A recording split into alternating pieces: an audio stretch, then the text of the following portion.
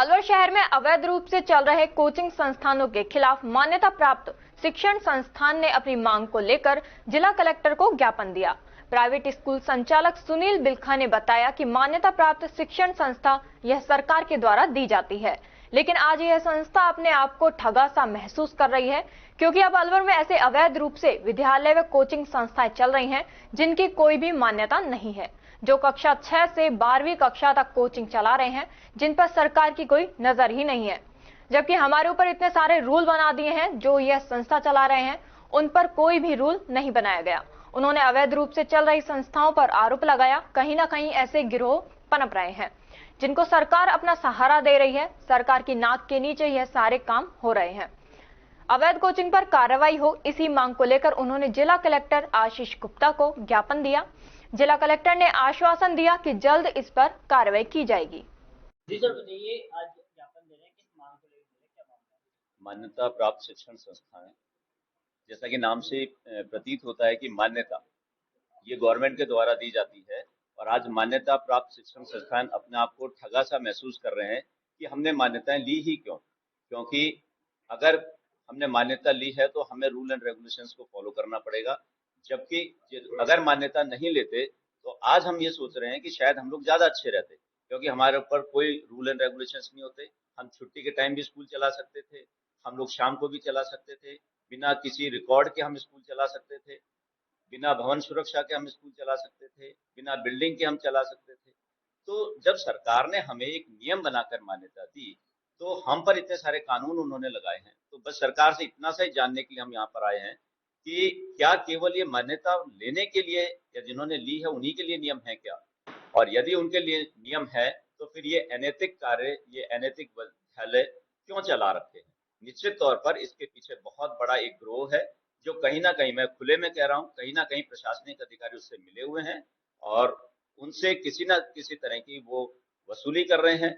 और वो उसी का कारण है कि हम पर नियम लगाए जाते हैं, हम लोगों को रोका जाता है, हम लोगों को प्रताड़ित किया जाता है। अगर हम एक्स्ट्रा क्लास भी लगाते हैं तो हम लोगों को इस तरह से हमारे ऊपर कार्रवाई की जाती है जैसे हमने बहुत बड़ा कोई गुनाह किया हो।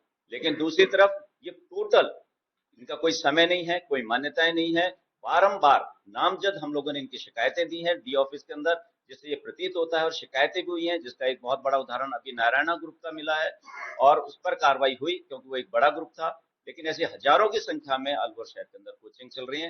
हमारे प्रबुद्ध जो हमारे पत्रकार हैं वो भी इस मुद्दे को बार बार उठाते रहे हैं, लेकिन ना जाने क्यों प्रशासन के, हमारे जो शिक्षा अधिकारी हैं, उनकी आंखों पर इन लोगों ने पैसे की, हो सकता है, मुझे नहीं मालूम क्योंकि मेरे पास कोई प्रूफ नहीं है, जिस दिन प्रूफ आएगा हम वो भी दे देंगे, कोई पैसे की कोई पट्टी इन्होंने बांध दी है जिसके कारण इन्हें दिखाई नहीं देता इन लोगों ने जिस तरह से अवैध विद्यालय चला रखे। क्या नाम है आपका? मेरा नाम मान्यता प्राप्त शिक्षण संस्थान की तरफ से श्रीमान कलेक्टर महोदय को हम एक ज्ञापन दे रहे हैं, जिसमें अवैध स्कूल संचालन,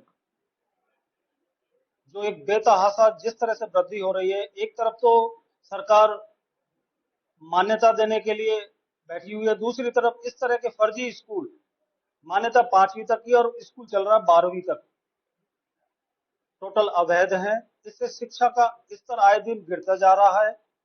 दूसरा, जो हमारे आज कोचिंग संस्थानों की बाढ़ आई हुई है, ना कोई इनके नियम है, ना कानून है, और इस तरह से बच्चों को मोबिलाइज करके ले जाते हैं और बाद में जब पता चलता है कि इनके पास ना तो कोई नॉर्म्स हैं, एक बिल्डिंग की जगह 3-3 बिल्डिंगों में ये उस कोचिंग को संचालित कर रहे हैं। दूसरा, बिना मान्यता के स्कूल, अभी एक नारायण स्कूल की घटना हुई, कल को ऐसी घटनाएं होती है, जिनके पास संसाधन है, जिनके पास मान्यताएं हैं, वो विद्यालय सफर कर रहे हैं, उनके ऊपर ब्लेम आता है कि प्राइवेट स्कूल ऐसा कर रहे हैं, जबकि गिने चुने संस्थान ऐसे हैं जिनकी वजह से प्राइवेट स्कूलों की साख और शिक्षा का स्तर आए दिन गिरता जा रहा है। हमारी कलेक्टर महोदय से मांग है, चूंकि भारत सरकार ने एक प्रस्ताव पारित किया हुआ है, गवर्नमेंट को भेजा हुआ है कि ऐसे संस्थान अगर कोचिंग खोल रहे हैं तो वो स्कूल के बाद ही अपने कोचिंग का संचालन करेंगे, जबकि सुबह 6 बजे से कोचिंग चल रही है। क्या लेना देना निकल रहा है ऐसी फालतू की चीजों से। मैं प्रशासन का ध्यान इस ओर आकृष्ट करना चाहूंगा, या तो अविलंब इस तरह के फर्जी स्कूल, कोचिंग संस्थान, इन पे प्रतिबंध लगाए और इनके खिलाफ सख्त से सख्त कार्रवाई करे। अगर ऐसा इस स्थिति में ऐसा नहीं होता है तो मान्यता प्राप्त संस्थान से जुड़े समस्त स्कूल संचालक आमरण अनशन और धरना प्रदर्शन करने को मजबूर होंगे।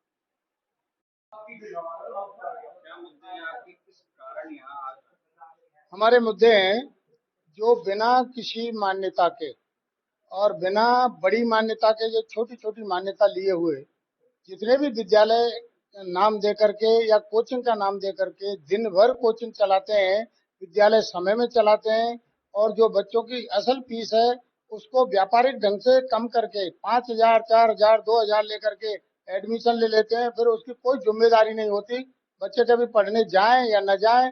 और जब कोई भी घटना उस विद्यालय में या उस ऐसी कोचिंगों में घटती है ना, तो वो उसका ताला लगा के भग जाते हैं, क्योंकि उनका रिकॉर्ड कुछ है नहीं। वैसे ही किराए पर मकान ले लेते हैं। एजुकेशन विभाग जो है ना, वो नहीं देखता है कि ये कहाँ चल रही है, कैसे चल रही है, क्यों ऐसा हो रहा है। और विद्यालय समय में जो विद्यालयों के समय है ना, उनमें वो कोचिंग के नाम से और प्राइवेट स्कूल के नाम से चलाते हैं। किसी प्रकार का कोई रिकॉर्ड नहीं है। इसका विरोध है हमको। अगर उनको कोचिंग चलानी है तो स्कूल टाइम के बाद में कोचिंग चलाए ना, मना कौन करता है। लेकिन वो 8वीं क्लास से लेकर के 12वीं क्लास तक की कोचिंग चलाते हैं, जबकि वो बिना रिकॉर्डेड कहीं चल ही नहीं सकती, बिना मान्यता के कहीं चल ही नहीं सकती। हमारा विरोध सबसे बड़ा यह है कि गवर्नमेंट ने भी इस प्रकार के नियम निकाले हैं कि ऐसी स्थितियां नहीं होनी चाहिए। फिर भी यहाँ के जो प्रशासन है उसके ऊपर ध्यान नहीं दे रहा, उन्हें रोक नहीं रहा। इसका विरोध करते हुए हम ज्ञापन देने के लिए आए।